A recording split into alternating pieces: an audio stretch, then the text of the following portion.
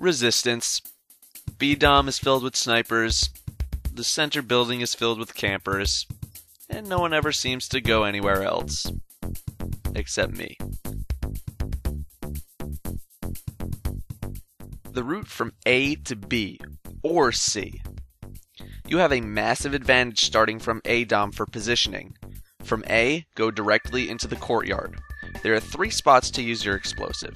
A, blow up the cars in the main courtyard. B, blow up the cars to the left. Or C, blow up the cars to the right.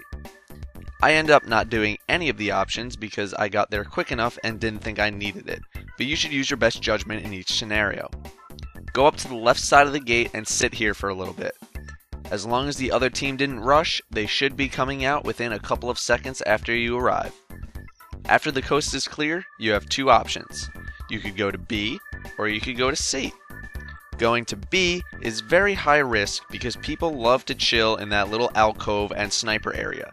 You're going to want both B and C anyway, so I would recommend going to C as it is considerably less risky. After that, you can make your way to B in whichever way feels safest. The route from C to B.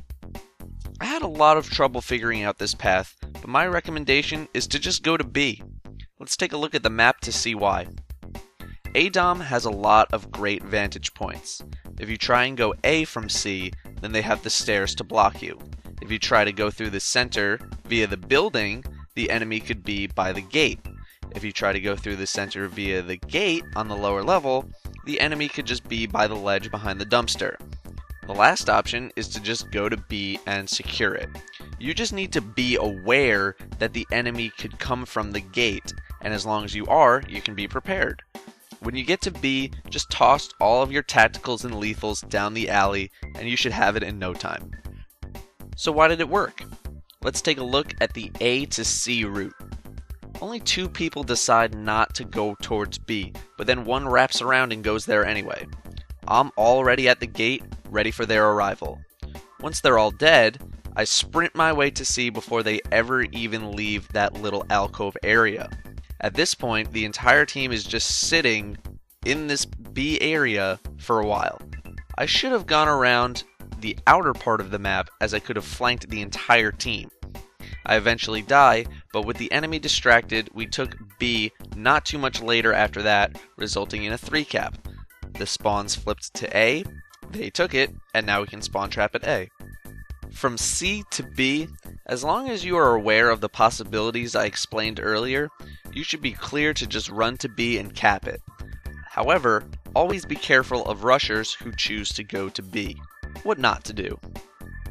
Remember the graphic from earlier in the video where I talked about the C to B routes? That. Don't do that. The options are very, very high risk.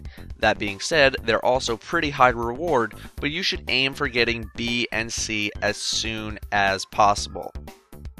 The rest of the game. Spawn trapping in A is what I like doing. It's very easy to cut off all the paths available to the other team. Spawn trap in C could also work, but I feel there's too many spawn points for the other team. And spawn trap in B just plain doesn't work unless the enemy team is completely brain dead. With these tips, your quest for victory won't be met with much resistance. Yeah! Yes! Oh man, that was a good one. Oh! Suck it, Xbox Ahoy. Oh man. Been waiting for that one for a while.